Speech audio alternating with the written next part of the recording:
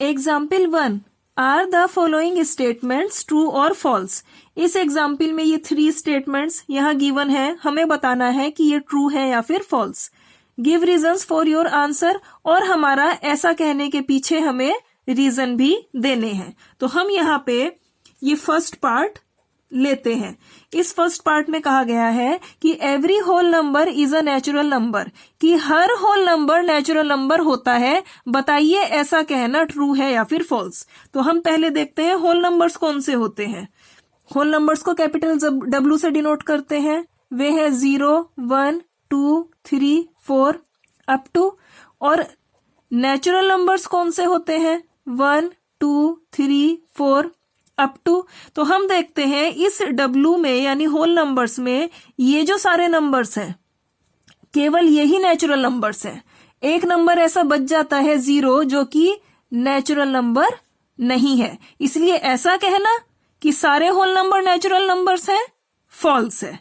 तो हम यहाँ पे लिखेंगे कि ये जो स्टेटमेंट है वो फॉल्स है, बिकॉज यहाँ पे एक नंबर होल नंबर में है 0, because 0 is a whole number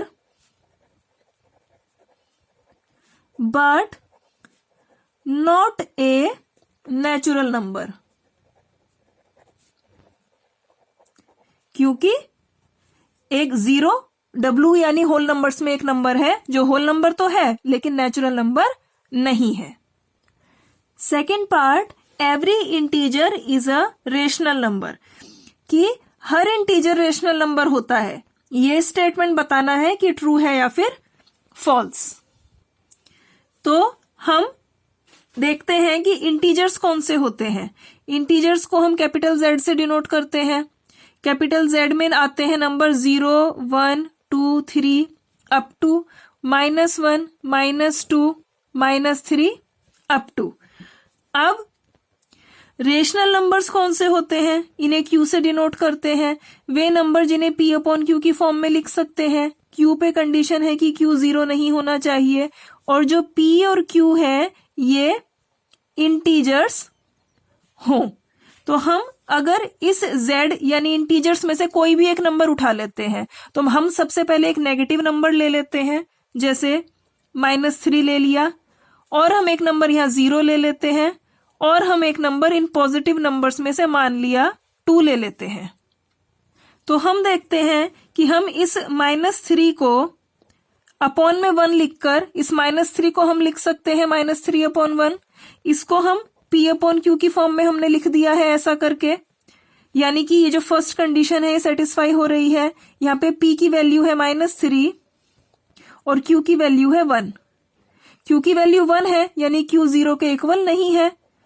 तो यानी कि जो ये सेकंड कंडीशन है वो भी सेटिस्फाई हो रही है। थर्ड कंडीशन है कि P Q इंटीजर्स होने चाहिए। तो हमने देखा जो -3 है वो एक इंटीजर है और जो 1 है वो भी इंटीजर है। तो यानी थर्ड कंडीशन भी सेटिस्फाई हो रही है। यानी इंटीजर्स में जितने भी नेगेटिव नंबर हैं उन सभी के अपॉन में 1 लिखकर इन सभी नंबर्स को एक रेशनल नंबर Q में बदला जा सकता है। अब 0 के लिए लेते हैं। इसी तरह हम 0 को 0/1 लिख सकते हैं। ये भी हमने P/Q की फॉर्म में लिख दिया। First condition satisfy. Q की वैल्यू है 1 यानी Q is not equal to 0। Second condition satisfy. अब P और Q इंटीजर्स होने चाहिए। P है 0, Q है 1। 0 भी इंटीजर है, 1 भी इंटीजर है, इसीलिए थर्ड कंडीशन भी सेटिस्फाई हो रही है। यानी जो इंटीजर में जो 0 है, यस, ये भी एक रेशनल नंबर होता है। अब ये पॉजिटिव नंबर ले लेते हैं। कोई एक नंबर 2 लिया, इस 2 को हम लिख सकते हैं 2/1। इसको भी हमने P/Q की फॉर्म में लिख दिया, यानी फर्स्ट कंडीशन सेटिस्फाई। यहाँ पे P की वैल्यू है 2, Q की वैल्यू है 1, यानी Q जो है वो is not equal to 0। Second condition satisfy. P और Q इंटीजर्स होने चाहिए। 2 इंटीजर है, 1 इंटीजर है। तो यानी कि जो 2 यानी पॉजिटिव नंबर है उनके अपॉन में भी 1 लिखकर हम उनको इस 2/1 को एक हमने रेशनल नंबर में कन्वर्ट कर दिया है। यानी कि ये जितने भी इंटीजर हैं, चाहे नेगेटिव चाहे जीरो या पॉजिटिव, उन सबको हम अपॉन में 1 लिखकर हम एक रेशनल नंबर में कन्वर्ट कर सकते हैं। इसीलिए ट्रू, ये स्टेटमेंट ट्रू है कि every integer is a rational number, क्योंकि हर इंटीजर के अपॉन में 1 लिखकर हम उसको एक रेशनल नंबर में कन्वर्ट कर सकते हैं। यहाँ पे 2 = 2/1, ये भी एक रेशनल नंबर बन चुका है। ये सब तो हम लिख देंगे ट्रू। अब हम ये जैसे -3 है, 0 है, 2 है, इनको अलग अलग नंबर ना कह के एक नंबर m कह देते हैं। तो हम कहेंगे बिकॉज एवरी इंटीजर, इस हर इंटीजर को हमने m से डिनोट किया। Because every integer m can be expressed in the form m/1। Her integer के अपॉन में हमने 1 लिखा, तो बस यही बात, इन सारे इंटीजर्स को 1 कह दिया और ये कह दिया हर इंटीजर को अपॉन में 1 लिखकर हम इसको इस m/1 की फॉर्म में कन्वर्ट कर सकते हैं। और ये जो फॉर्म है ये इन तीनों कंडीशन को सेटिस्फाई करती ही है, तो इसलिए हम लिखते हैं कि एंड सो, और इसीलिए ही it is a rational number, क्योंकि हर इंटीजर को हम m/1 की फॉर्म में लिख सकते हैं, इसीलिए हर इंटीजर एक रेशनल नंबर होता है। Third part, every rational number is an integer, कहता है कि हर रेशनल नंबर इंटीजर होता है। तो हमने ये देखा कि कोई एक रेशनल नंबर मान लेते हैं जो कि 3/5 है। एक रेशनल नंबर है ये, क्योंकि p/q की फॉर्म में है। q की वैल्यू जो कि 5 है, यानी कि q is not equal to 0 है, और p की वैल्यू है 3, q की वैल्यू 5, और 3 और 5 दोनों ही इंटीजर्स हैं, इसलिए यस 3/5 एक रेशनल नंबर है। सबसे पहले हमने एक रेशनल नंबर ले लिया। अब हम देखते हैं कि क्या ये एक इंटीजर है। तो हमने देखा कि 3/5 रेशनल नंबर तो है, लेकिन एक इंटीजर नहीं है, क्योंकि इंटीजर कौन से होते हैं, केवल 0, 1, 2, 3 अप टू और माइनस में 1, 2, 3। तो यही रीजन हम यहां पे दे देंगे कि ये जो स्टेटमेंट है ये फॉल्स है, क्योंकि हमारे पास कुछ रेशनल नंबर्स ऐसे हैं जो कि इंटीजर नहीं है। यही रीजन दे देंगे। एक जो एग्जाम्पल हमने ढूंढा कि because 3/5 is a rational number but not an integer, क्योंकि जो 3/5 है ये एक रेशनल नंबर तो है, लेकिन एक इंटीजर नहीं है। अब जैसे हमने 3/5 लिया, हम और भी कोई नंबर ले सकते हैं। मान लिया हमने कोई नंबर लिया 8/3, तो ये भी एक रेशनल नंबर है, क्योंकि ये तीनों कंडीशन सेटिस्फाई करता है कि ये p/q की फॉर्म में है, और यहाँ पे p की वैल्यू है 8, q की वैल्यू है 3। क्योंकि जो q है उसकी वैल्यू 3 है, यानी कि q 0 के इक्वल नहीं है। सेकंड कंडीशन सेटिस्फाई हो गई। अब p और q क्या दोनों इंटीजर हैं, तो 8 वो भी आगे मिलेगा, इसलिए 8 भी इंटीजर है, और 3 यहाँ पे लिखा है 3 भी इंटीजर है। यानी तीसरी कंडीशन की p और q इंटीजर्स होने चाहिए, वो भी सेटिस्फाई होती है। यानी कि जो 8/3 है वो एक रेशनल नंबर है। पूछा है कि every rational number is an integer, कि हर रेशनल नंबर एक इंटीजर होता है, बताइए ये ट्रू है या फॉल्स।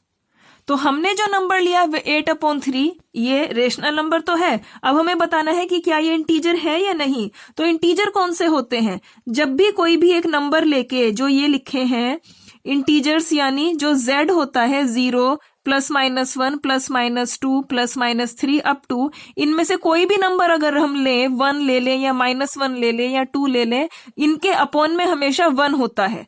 यानी कि 1 को हम 1/1 लिख सकते हैं, इस -1 को भी हम -1/1 लिखते हैं। इससे क्योंकि -1/1 -1 ही होता है और 1/1 1 ही होता है, तो इसीलिए जो इंटीजर्स होते हैं उनके अपॉन में जो डिनोमिनेटर होता है वो डिनोमिनेटर हमेशा 1 होता है। तो हमने कुल मिला के एक ऐसा नंबर ले लिया है जो रेशनल नंबर है, लेकिन ये इंटीजर नहीं है क्योंकि इसके डिनोमिनेटर में है 3, और इंटीजर्स के डिनोमिनेटर में हमेशा होता है ऑलवेज 1, क्योंकि यहाँ पे 3 है 1 नहीं है, इसीलिए ये एक रेशनल नंबर है और ये इंटीजर नहीं है, क्योंकि 3 की जगह यहाँ पे 1 की जगह 3 है। तो हमने कुल मिला के इस क्वेश्चन में एक ऐसा एग्जाम्पल ढूंढना है जो रेशनल नंबर तो हो लेकिन इंटीजर ना हो। तो हमने जैसे 3/5 ढूंढा, ये एक रेशनल नंबर है और इंटीजर नहीं है, क्योंकि यहाँ पे डिनोमिनेटर में 5 है। इंटीजर तब होगा जब डिनोमिनेटर में 1 होगा, इसीलिए ये रेशनल नंबर है बट नॉट एन इंटीजर, एक इंटीजर नहीं है। इसी तरह से हम कोई भी एग्जाम्पल ढूंढ सकते हैं, चाहे 3/5 लिख लें चाहे 8/3, दोनों ही इस क्वेश्चन के आंसर है। या फिर हम कोई और ऐसा नंबर भी ढूंढ सकते हैं, बस डिनोमिनेटर में 1 नहीं होना चाहिए, तब वो रेशनल नंबर होगा और इंटीजर नहीं होगा। बस ये क्वेश्चन यहां हो चुका है। Example 2, find 5 rational numbers between 1 and 2।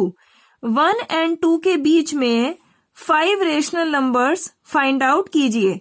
यानी क्वेश्चन में कहा गया है कि कोई 2 नंबर्स 1 और 2 गिवन है, हमें इन दोनों के यहाँ बीच में 5 रेशनल नंबर्स फाइंड आउट करते हैं। इसका फॉर्मूला होता है कि अगर हमारे पास कोई नंबर R है और S है, तो इनके बीच में रेशनल नंबर होगा R प्लस S अपॉन 2। तो पहले हम यहां पे ये फॉर्मूला लिखेंगे कि rational numbers between R and S is equal to R plus S upon 2। अब हम इस क्वेश्चन को सॉल्व करने में इसी फॉर्मूले का यूज करेंगे। वो कैसे? अगर ये R की जगह है 1 और S की जगह है 2, तो 1 और 2 के बीच में पहला रेशनल नंबर क्या हो जाएगा? R प्लस S, यानी 1 प्लस 2 अपॉन 2। तो ये हो जाता है 1 प्लस 2 यानी 3 अपॉन 2। तो हमें 1 और 2 के बीच में पहला रेशनल नंबर 3 अपॉन 2 मिल जाता है। अब हमने जो यहां समझा है यही चीज यहां लिखेंगे, रेशनल नंबर बिटवीन 1 एंड 2।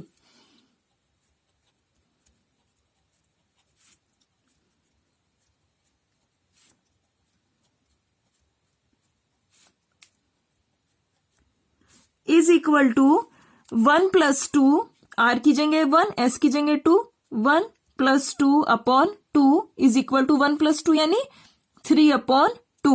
तो अब हमारे पास नंबर्स कौन से हो गए? तो हम लिखेंगे कि now the numbers are,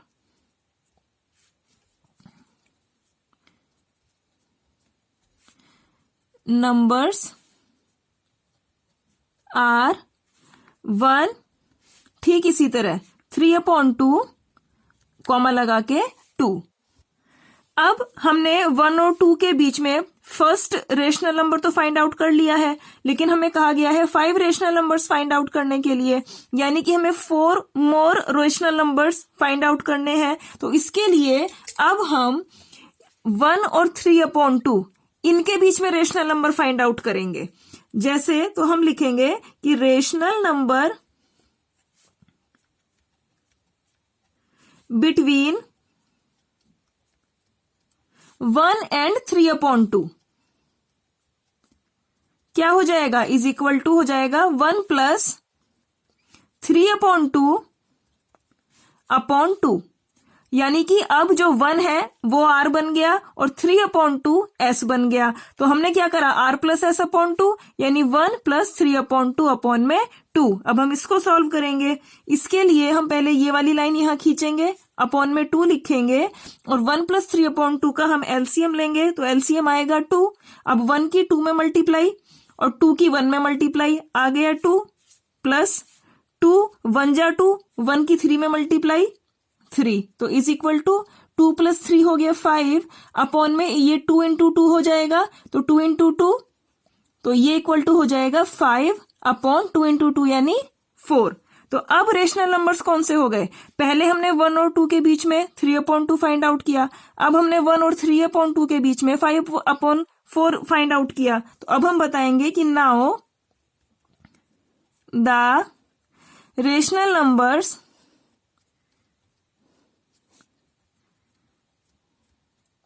are 1 और 3 अपॉन 2 के बीच में 5 अपॉन 4 अब लिखा 3/2 और अब लिखा ये 2। अब हमें 1 और 2 के बीच में 2 रेशनल नंबर्स फाइंड आउट हो चुके हैं 5 में से। अब हमें 3 और फाइंड आउट करने हैं। पहले हमने 1 और 3/2 के बीच में रेशनल नंबर फाइंड आउट किया था। अब हम 3/2 और 2 यानी इन दोनों के बीच में रेशनल नंबर फाइंड आउट करेंगे। तो हमने लिखा कि ठीक यही लाइन कि rational number between 3/2 and 2 is equal to क्या हो गया, अब ये बन गया R, ये बन गया S, R प्लस S यानी 3/2 plus 2/2 R plus S upon 2, ये वाला फॉर्मूला। इसको सॉल्व करेंगे, लाइन खींच के लिखा 2, इसका एलसीएम लिया, आ गया 2, 2 1 जा 2, 1 की 3 में मल्टीप्लाई 3 प्लस 2 के अपॉन में 1 है, 1 की 2 में मल्टीप्लाई 2 और इस 2 की इस 2 में मल्टीप्लाई 2 2 जा 4, तो इक्वल टू आ गया 3 प्लस 4 हो गया 7 अपॉन में 2 की 2 में मल्टीप्लाई यानी 2 इंटू 2 और यहां मिल गया 7/4। तो अब हमें 3/2 और 2 के बीच में 7/4 मिल गया। तो अब रेशनल नंबर्स क्या हो गए, तो लिखेंगे now the rational numbers are 1 5/4 3/2 और क्योंकि 3/2 और 2 के बीच में 7/4 फाइंड आउट किया तो लिखा 3/2 और 2 के बीच में 7/4। अब 3 रेशनल नंबर्स हमें फाइंड आउट हो चुके हैं, 1 2 3, 2 और फाइंड आउट करने हैं। तो अब हम एक रेशनल नंबर इन दोनों के बीच में फाइंड आउट कर लेते हैं। तो सेम लिखेंगे rational number between 5/4 and 3/2 is equal to हो जाएगा R प्लस S, 5/4 है R प्लस S है 3/2 अपॉन में 2 इक्वल टू का साइन, ये वाला 2 यहां पे। अब इसका और इसका एलसीएम लेंगे, 2 और 4 है, एलसीएम आ जाएगा 4, 4 1 जा 4, 1 की 5 में मल्टीप्लाई 5 प्लस का साइन, 2 2 जा 4, 2 की 3 में मल्टीप्लाई 2 3 जा 6 इज इक्वल टू, अब ये हमने लाइन खींच के लिखा 2, अब 5 प्लस 6 होता है 11 और 4 और 2 मल्टीप्लाई में चले गए तो हमें मिल गया 11/4 2 जा 8। तो अब रेशनल नंबर क्या हो गए, तो लिखेंगे now same line the rational numbers are हो जाते हैं 1 5/4 और क्योंकि हमने 5/4 और 3/2 के बीच में 11/8 मिला तो यहां लिखेंगे 11/8 और 3/2, इन दोनों के बीच में हमने लिख दिया 11/8 कॉमा 7/4 कॉमा 2। अब हमें 1 2 3 4 रेशनल नंबर मिल चुके हैं, बस एक और फाइंड आउट करना है क्योंकि टोटल 5 फाइंड आउट करने थे। अभी हमने 5/4 और 3/2 इन दोनों के बीच में रेशनल नंबर फाइंड आउट किया था। अब हम इन दोनों के बीच में या फिर इन दोनों के बीच में फाइंड आउट कर लेते हैं। तो हम लिखेंगे rational number between 3/2 and 7/4 is equal to हो जाएगा 3/2 प्लस 7/4 अपॉन में 2 इज इक्वल टू, ये लाइन खींच के 2 लिखा, 2 और 4 का एलसीएम 4, 2 2 जा 4, 2 की 3 में मल्टीप्लाई 2 3 जा 6 प्लस 4 1 जा 4, 1 की 7 में मल्टीप्लाई 1 इंटू 7 यानी 7 इक्वल टू, ये लाइन खींच के लिखा 2 6 प्लस 7 13 और 4 2 की मल्टीप्लाई में चला गया तो हो गया 13 अपॉन 2 इंटू 4 यानी 8। तो अब लिखेंगे now the rational numbers are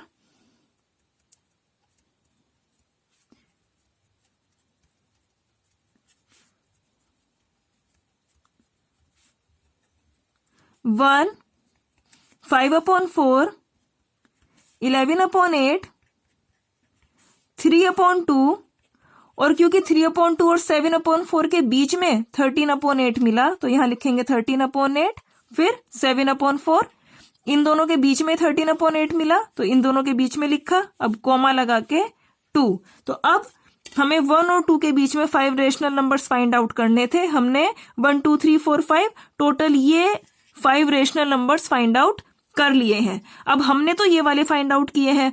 अब जैसे हमने इन दोनों के बीच में फाइंड आउट किया, कोई और इन दोनों के बीच में फाइंड आउट कर सकता है।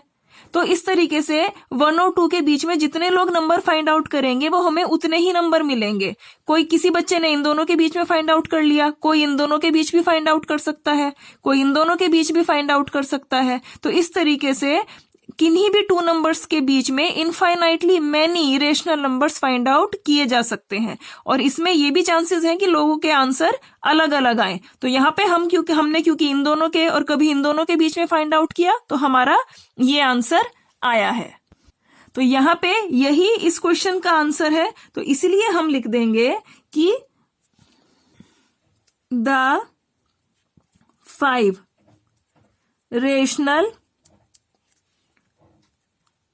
numbers are 5/4, 11/8, 3/2, 13/8, 7/4। यही इस क्वेश्चन का आंसर है। हमसे पूछा था कि 5 रेशनल नंबर्स बताइए 1 और 2 के बीच में, ये हमने फाइंड आउट कर लिए हैं। ये आंसर है। हमने अब जिस क्वेश्चन को एक मेथड से जिससे सॉल्व किया है, इसको हम कहेंगे मेथड 1। अब हम इस क्वेश्चन को एक और मेथड से सॉल्व करेंगे, एग्जाम्पल 2। अब इसी एग्जाम्पल को हम एक सेकंड मेथड से करेंगे। यहां सेम चीज कही गई है, find 5 rational numbers between 1 and 2 के 1 और 2 के बीच में 5 रेशनल नंबर्स फाइंड आउट कीजिए। अब क्योंकि यहाँ पे 5 रेशनल नंबर्स फाइंड आउट करने को कहा है, इसलिए हम 5 में 1 ऐड करेंगे। 5 + 1 हो जाता है 6। अब हम इस 1 और 2 को रेशनल नंबर में कन्वर्ट करेंगे। उसके लिए हम इस 1 में 6 की मल्टीप्लाई और डिवाइड करेंगे। इसी तरह हम इस 2 को यहां लिख लेते हैं और इस 2 में हम 6 की मल्टीप्लाई और डिवाइड करेंगे। अब इनको सॉल्व करते हैं। 1 × 6 हो जाता है 6 अपॉन में 6 इज इक्वल टू यहाँ पे 2 × 6 हो जाता है 2 6 = 12 अपॉन में 6। तो यहाँ हमने 1 को इस रेशनल नंबर 6/6 में कन्वर्ट कर लिया और इस 2 को इस रेशनल नंबर 12/6 में कन्वर्ट कर लिया। यहाँ पे हम देखते हैं कि यहाँ पे भी डिनोमिनेटर 6 है और यहाँ पे भी डिनोमिनेटर 6 है। तो हमने 6 की मल्टीप्लाई और डिवाइड इसीलिए किया था 1 और 2 में, जिससे कि हम इनको रेशनल नंबर में कन्वर्ट करें और ऐसे रेशनल नंबर में कन्वर्ट करें जिनका डिनोमिनेटर सेम हो। तो अब जो हमने यहाँ पे समझा, सेम यही चीज लिखते हैं कि सिंस, क्योंकि वी वांट, हमें चाहिए 5 रेशनल नंबर्स,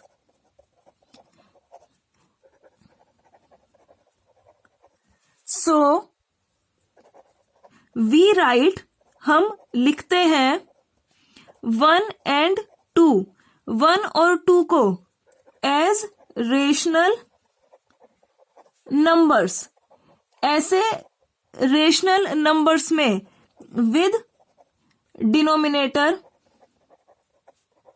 जिनका डिनोमिनेटर हो क्या 5 + 1 दैट इज 6। यानी कि क्योंकि हमें चाहिए 5 रेशनल नंबर्स, इसलिए हम 1 और 2 को एज एक रेशनल नंबर में लिखते हैं जिनके डिनोमिनेटर 5 + 1 यानी 6 हो। लिखेंगे दैट इज 1, इसमें मल्टीप्लाई और डिवाइड करा 6 का तो हमें मिल गया 6/6 एंड 2, इसमें मल्टीप्लाई और डिवाइड करा 6 का जिससे हमें मिल गया 12/6। सो अब इसको आगे सॉल्व करने के लिए हम पहले तो लिख लेंगे 6/6 और यहां पे लिख लेंगे 12/6। कुल मिला के ये 6/6 क्या है 1 और 12/6 क्या है 2, क्योंकि 6 2 = 12 होता है और 6 1 = 6 होता है। तो इन दी एंड 1 और 2 यहाँ पे है, इनके बीच में 5 रेशनल नंबर फाइंड आउट करने हैं। तो यहाँ पे बहुत इजीली अब लिखे जा सकते हैं। 6 के बाद आता है 7/6, 7 के बाद 8/6, 9/6, 10/6 11/6। तो हम देखते हैं 1 2 3 4 5, यहां पे टोटल हमें 5 रेशनल नंबर्स मिल चुके हैं जो यहां हमसे इस क्वेश्चन में पूछे थे। क्योंकि यहां पे यहां से लेके यहां तक ये सारे ही रेशनल नंबर हैं, तो हम ये लिखेंगे कि ये जो सारे हैं आर ऑल रेशनल नंबर्स। क्योंकि ये सारे ही रेशनल नंबर्स हैं, तो इनमें से जो हमसे पूछा है जहां पर 7/6, 8/6, 9/6, 10/6, 11/6 आर रिक्वायर्ड। रिक्वायर्ड यानी जो हमें रिक्वायर है, जो हमसे क्वेश्चन ने पूछा है, आर रिक्वायर्ड 5 रेशनल नंबर्स। यही इस क्वेश्चन का आंसर है। अब इस क्वेश्चन में इस मेथड 2 से 1 और 2 के बीच में ये वाले 5 रेशनल नंबर्स मिले और बताया गया था कि किन्हीं भी 2 नंबर्स के बीच में इनफाइनाइटली मैनी रेशनल नंबर्स होते हैं और किसी क्वेश्चन को जितने लोग सॉल्व करेंगे, हो सकता है अगर वे अलग अलग मेथड से सॉल्व करें तो उन्हें अलग अलग आंसर मिलेंगे, लेकिन वे सारे आंसर करेक्ट होते हैं, मेथड चाहे कोई भी लें। जब हमने इसी एग्जाम्पल को मेथड 1 से सॉल्व किया था तब जो 5 रेशनल नंबर्स आए थे वो ये थे, और ये उन 5 रेशनल नंबर से अलग हैं जो अभी हमने मेथड 1 से निकाला है। ये अब इस मेथड से निकाले गए रेशनल नंबर्स हैं, तो आंसर भले ही अलग है लेकिन दोनों आंसर सही हैं। इसीलिए चाहे इस एग्जाम्पल को मेथड 1 से कर लिया जाए या 2 से, आंसर करेक्ट ही आएगा। अब यहां पे इस क्वेश्चन में एक क्वेश्चन ये राइज होता है कि जब हमसे 5 पूछे हैं तो हमने 5 में 1 ऐड क्यों करा और इस 6 की ही मल्टीप्लाई और डिवाइड क्यों करी। अब मानते हैं कि इसी को एग्जाम्पल तो यहाँ पे सॉल्व हो चुका है, लेकिन हमें इस पॉइंट को समझने के लिए हम यहाँ पे देखते हैं कि अगर हम 5 में 2 ऐड करते तब क्या होता, तो 5 + 2 हो जाता 7। तो अगर हम इस 1 और 2 में 7 से मल्टीप्लाई और डिवाइड करते और इस 2 में भी 7 से मल्टीप्लाई और डिवाइड करते तो 1 × 7 होता 7 अपॉन में 7। अब 2 7 = 14 अपॉन में 7। तो हम 7/7 ठीक इसी तरह यहां लिखते और 14/7 हम यहां लिखते, जहां पे ये जो 7/7 है वो है 1 और जो 14/7 7 2 = 14 वो है 2, क्योंकि 2 को ही हमने 14/7 में कन्वर्ट किया है। अब हम काउंट करके लिखते जाते, 7/7 के बाद 7 के बाद आएगा 8/7, 8 के बाद 9/7, फिर 10/7, 11/7, 12/7 और 13/7। तो यहां पे हमने देखा 1 2 3 4 5 6, यहां पे टोटल हमें 6 रेशनल नंबर्स मिलते हैं।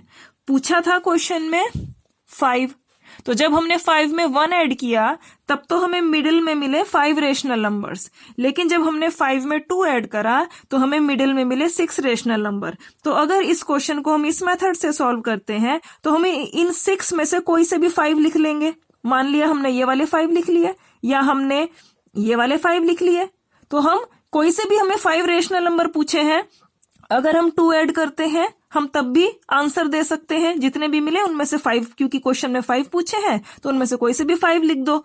अब जितने हमसे क्वेश्चन में पूछे जाते हैं, अगर 5 पूछे हैं तो हम उसमें 1 ऐड करें तो भी क्वेश्चन सॉल्व हो जाएगा, 2 ऐड करें तब भी क्वेश्चन सॉल्व हो जाएगा, 3 ऐड करें या 4 ऐड करें तब भी क्वेश्चन सॉल्व हो जाएगा, क्योंकि हमें अगर ज्यादा ही तो मिल रहे हैं, ज्यादा में से हम कोई भी 5 छाट के लिख सकते हैं, हमारा क्वेश्चन सॉल्व हो जाता है। अब अगर यहाँ पे कहा गया कि 5 में हमने 1 ऐड करा, अगर हम कुछ भी ऐड ना करें, यहाँ 1 ऐड करा, यहाँ 2 ऐड करा, तो मान लेते हैं कि हमने इसको 5 ही रखा। अब 1 है और 2 है, इस 1 में हमने 5 की मल्टीप्लाई और डिवाइड करा और इस 2 में भी 5 की मल्टीप्लाई और डिवाइड करा। 1 × 5 5 अपॉन में 5, 5 2 = 10 अपॉन में 5। तो हमने इस 5/5 को यहां लिखा और इस 10/5 को यहां लिखा। अब इनके बीच में रेशनल नंबर्स फाइंड आउट करते हैं। 5 के बाद आता है 6, 6 के अपॉन में 5, फिर 7/5, 8/5 और 9/5। अब उसके बाद तो 10 आ ही जाता है। तो यहां पे हम देखते हैं कि 1, 2, 3, 4 यहां पे हमें केवल 4 रेशनल नंबर्स मिलते हैं। तो जबकि क्वेश्चन में पूछा है 5, तो अगर हम ऐड ना करें तो हमें कम रेशनल नंबर मिलेगा, एक कम। लेकिन इसीलिए अगर जितने भी क्वेश्चन में पूछे जाएं, इस क्वेश्चन में 5 पूछे हैं, अब अगर किसी क्वेश्चन में 6 या 7 पूछे जाए तो जितना भी पूछा जाए उसमें कम से कम अगर आप 1 जोड़ते हैं तो आपको आंसर मिल जाएगा। 1 के बाद आप 2 जोड़ ले, 3 जोड़ ले, तब भी आंसर मिल जाएगा। लेकिन अगर आप नहीं ऐड करेंगे तो आपको रिक्वायर्ड आंसर नहीं मिलेगा। क्वेश्चन में पूछे 5 है, यहाँ पे आए हैं 4।